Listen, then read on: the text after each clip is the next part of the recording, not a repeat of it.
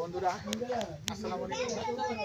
যেখানে মাছ ধরেছি ঠিক পূর্ব পাশেই যে ভুরো ধান বলে এটারে, ধানটা অনেক সুন্দর হয়েছে। আর এই পাশে কচু বা গানের ভাষায় বলে যে কচু, কচু থেকে লতা বিক্রি করে আর কি, অনেক সুন্দর। একটু দেখা, এটা দেখাও তো, অনেক সুন্দর। এদিকটা জুম করে দেখা, এদিকে জানো। তারপরে এই দেখেন ধানটা, ফলনটা অনেক ভালো ধান হচ্ছে, অনেক সুন্দর ধান হয়েছে।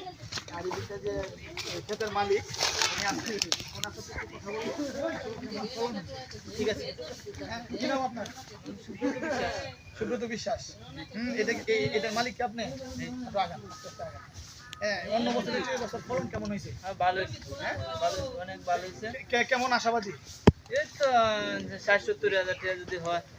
বন্ধুরা, এই যে দেখেন গ্রামের মানুষ, আমরা তো শহরে থাকি, তারা এই কচু বলে আর কি। কচু কচু একটা ভালো একটা সবজি, তরকারি বলতে পারেন। এটা থেকে লতা হয়, এই লতা বিক্রি করে। লতা এই যে দেখেন, লতা। আর এই মালিক সে বলতেছে অন্য বছরের চেয়ে এই বছর অনেক ভালো ফলন হয়েছে এবং ভালো লাভের আশা করতেছে আর কি।